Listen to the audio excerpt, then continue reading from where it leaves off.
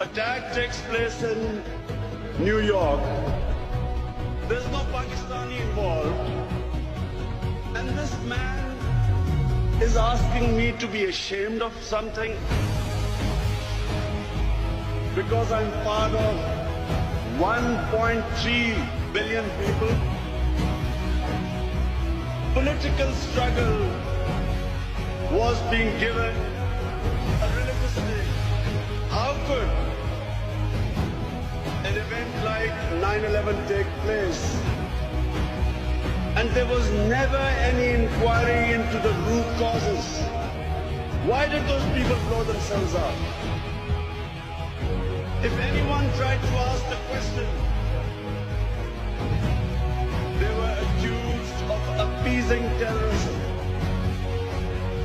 They were accused of justifying terrorism. George Bush went on television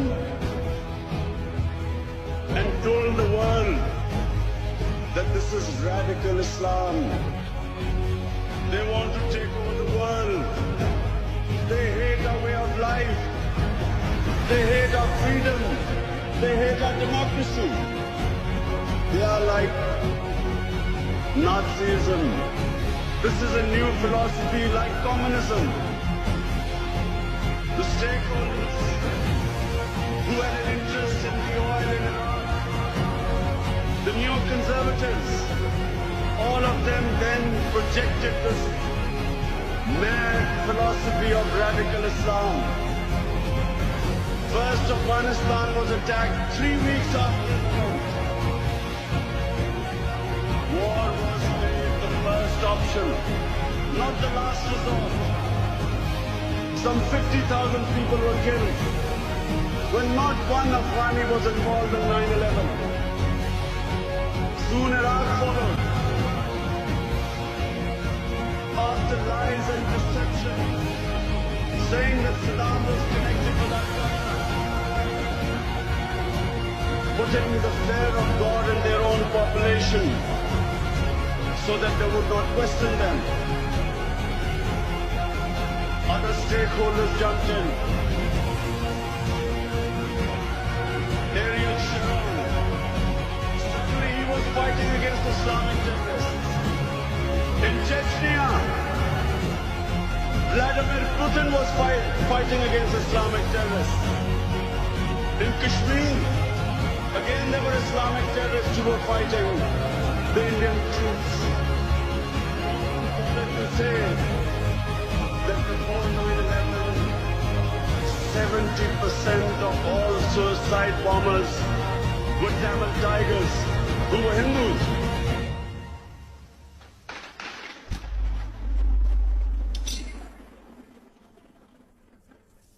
No one ever blamed Hinduism for the guerrilla warfare, terrorist struggle, freedom struggle, the Tamils would call it. No one blamed Hinduism for it. When the Japanese kamikaze pilots in desperation were blowing themselves up in their planes, no one blamed Shintoism for suicide bombings. But suddenly, Islam was responsible for suicide bombings. Careful planning, spin doctoring brought political struggles a religious name. We had certain members of the Islamic clergy immediately jumping on the bandwagon that terrorism is not allowed in Islam. We all know terrorism is not allowed in Islam. Every Muslim knows what the Prophet of Islam sallallahu alaihi wasallam said. Long before the Geneva Convention came in, the Muslims were told not to harm anyone, non-combatants, women, children, or elderly, not to destroy gardens, crops, treat prisoners of war. Not the way George Bush treats prisoners of war.